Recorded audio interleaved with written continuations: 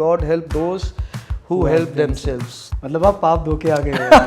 Yes. तो उसको rejection मिलना एक तरीके से इम्पॉसिबल है। Customer is king. Sir sales में जो हमारी कमिटमेंट होती है वो कस्टमर के लिए होनी चाहिए या कंपनी के लिए होनी चाहिए? 2 महीने भी बिना सैलरी के काम किया है कंपनी के लिए तो मैं मानूंगा he is committed towards company. If a salesperson is meeting 50 persons and not getting even a one lead converted, उसको फील नहीं होने दिया कि मेरे को रिजेक्शन आया है. अगर कंपनी ने कमाया ही नहीं तो कंपनी आपको कहाँ से देगी.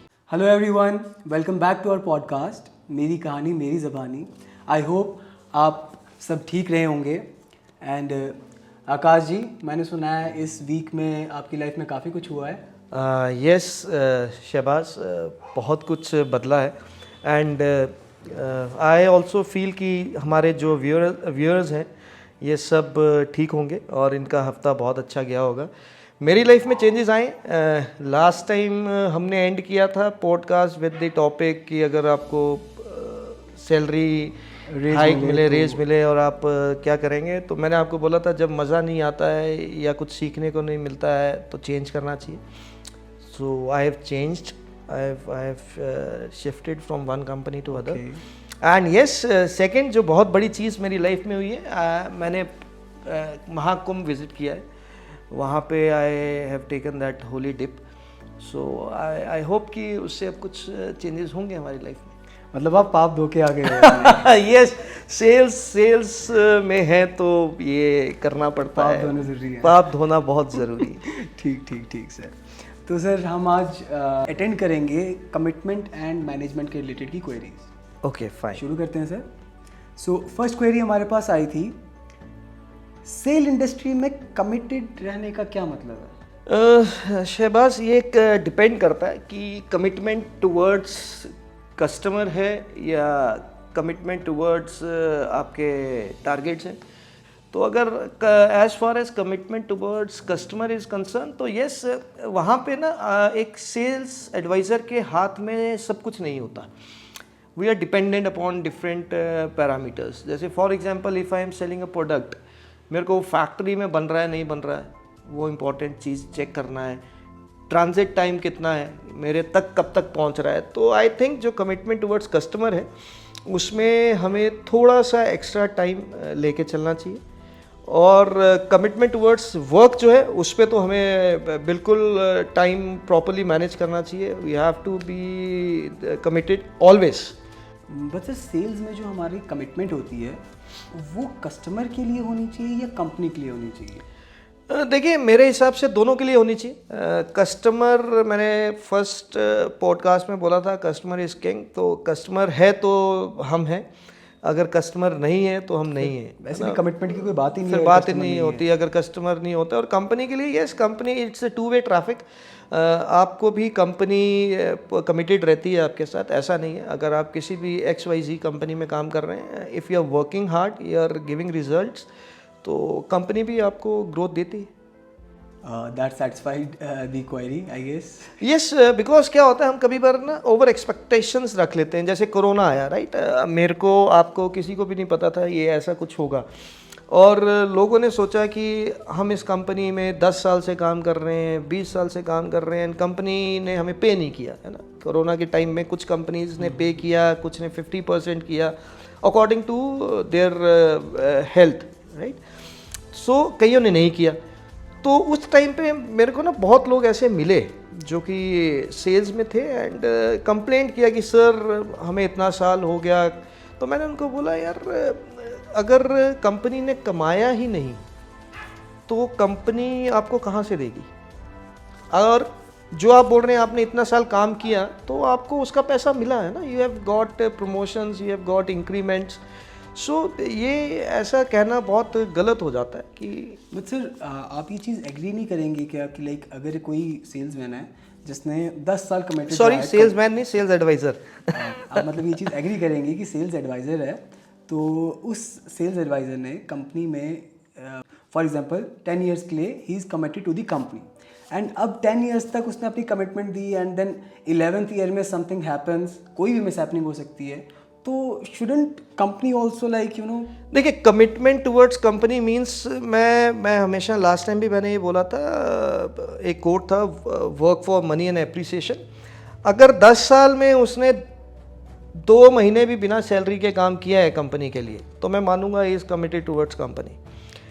और अगर उसने ऐसा नहीं किया है तो वो एक्सपेक्टेशन नहीं रहनी चाहिए। अब जैसे सपोज़ मैं 21-22 साल से काम कर रहा हूँ, अगर मेरे को कोई 1 महीना सैलरी नहीं देता है और मैंने काम किया है तो मेरा घर नहीं चलेगा, है ना। तो ये सबके लिए ऐसा ही है। तो कमिटमेंट तब होती है कि हाँ, मैंने 2 महीने 3 महीने कंपनी से पैसे नहीं लिए and I am working like anything, मैं उसको ग्रोथ दिला रहा हूँ। बिकॉज कंपनी भी ऐसा नहीं करती है। If you are working you will get what you deserve. मेरा हमेशा से मानना है, first deserve then desire. Okay sir, next query is sir कि if a sales advisor is not 100% committed, can he succeed in his work? My answer will be no. अगर committed नहीं है और सक्सेस मांग रहा है तो वैसा नहीं हो सकता। बिकॉज एक और कहावत है, मैं थोड़ी कहावत से इसको लिंक करता हूँ, God help those who help themselves. तो जब आप, भगवान भी उसी की मदद करेगा जो अपनी मदद खुद करेगा। तो अगर आप कमिटेड ही नहीं है अपने काम में, you are not serious, so result will not happen, result will not come. Sir हम अपनी थर्ड क्वेरी की तरफ चलते हैं। तो अगर आपको कॉन्टीन्यूअस रिजेक्शंस मिल रही हैं एंड सेटबैक्स मिल रहे हैं, तो how can you cope up? देखिए, रिजेक्शंस तब आते हैं, मेरा एक मानना है, हम हमेशा किस्मत ख़राब को दोष देते हैं, ऐसा नहीं है। रिजेक्शंस आते हैं if I am not working, ये लिंक्ड है टू कमिटमेंट। जैसे हमने पीछे बात की कमिटमेंट टुवर्ड्स वर्क। अगर फॉर एग्जांपल मेरे को दिन में 20 लोगों से मिलने के बाद भी रिजल्ट नहीं आ रहा है, तो I have to work double, मेरे को 40 लोगों से मिलना है। If a sales person is meeting 50 persons and not getting even a one lead converted, how can he cope up? देखो शहबाज, ये बहुत सिंपल है। अगर मैं, देर आर 2 ways। एक है कि मैं आपके पास आया, hi Shahbaz, I am from XYZ company और ये मेरा प्रोडक्ट है। आप बोलेंगे नहीं चाहिए, नॉट इंटरेस्टेड, तो मैं बोलूँगा ठीक है सर, नंबर दे दीजिए, मेरे को ना कंपनी में बोला गया। This is one way. दूसरा है, मैं आपके पास आया, मैं आपको फैबिंग किया। फैबिंग मीन्स फीचर, फैबिंग FAB। और उसमें ये आता है कि फीचर, एडवांटेज एंड बेनिफिट। अगर मैं ये चीज़ आपको बता रहा हूँ तो you will be also interested. देखिए, कस्टमर को लेना देना नहीं है कि आपका टारगेट क्या है ना, आपका क्या सिनेरियो है इन दी कंपनी। लेकिन येस, अगर आप अपने प्रोडक्ट का बेनिफिट उनको बताते हैं, सो आई थिंक अगर आप, पहले तो आपको नॉलेज होनी चाहिए। अगर आपको नॉलेज है तभी आप बताएंगे, है ना। अगर आज आप मेरे से क्वेश्चन पूछ रहे हैं और मैं उनको सॉल्व करने की कोशिश कर रहा हूँ, वो तभी कर रहा हूँ बिकॉज मैंने काम किया है। अगर मैंने काम नहीं किया होता तो मैं भी कोई किताब लेके बैठा होता और आपको आंसर कर रहा होता। तो फीचर बताएंगे पहले प्रोडक्ट का, कोई भी प्रोडक्ट आपका हो, और उसके बाद उसके एडवांटेज बताएंगे और उसके बेनिफिट्स बताएंगे। फिर कस्टमर उसमें, अगर आप 30 लोगों से मिल रहे हैं ना, तो आई विल अश्योर यू कि मतलब बहुत ही ख़राब सिचुएशन में भी 10% कन्वर्जन आपका होगा। तो 30 का 10% 3। So if you are meeting around about 120 customers in a month, और अगर आपकी 12 सेल नहीं हो रही हैं जिनको आपने ये चीज़ें बताई हैं, that means something is missing. आप ये कहना चाहते हैं कि अगर कोई बंदा सिंसियरली अपने काम को एक्चुअल में काम करे, सिंसियरली काम करे, तो उसको रिजेक्शन मिलना एक तरीके से इम्पॉसिबल है? यस, बिकॉज इम्पॉसिबल में खुद ही आता है इम्पॉसिबल, राइट। इम्पॉसिबल जब आप लिखते हैं उसमें लिखा आता है इम्पॉसिबल। एंड देखिए, हमने जब ये शुरू किया, दिस इज़ 3rd वीक, तो जब हमने शुरू किया था हमने नहीं सोचा था नेक्स्ट वीक हम ये कर पाएंगे या नहीं कर पाएंगे। लेकिन मैंने, आपने मिल के सोचा कि करना है ना।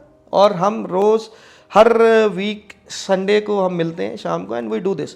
तो दिस इज़ व्हाट, अगर हम करेंगे तभी तो लोग देखेंगे, और लोग देखेंगे और देख रहे हैं आप, हमारे व्यूअर्स बढ़ रहे हैं ना। Thanks to all the viewers, I would like to thank again कि वो हमारे को देख रहे हैं और पसंद कर रहे हैं। तो this is how it is. अगर हम नहीं करेंगे तो रिजल्ट नहीं आएगा, करेंगे तो आज नहीं आएगा, कल आएगा, कल नहीं आएगा, परसों आएगा, लेकिन result will definitely come in sales if you are working properly.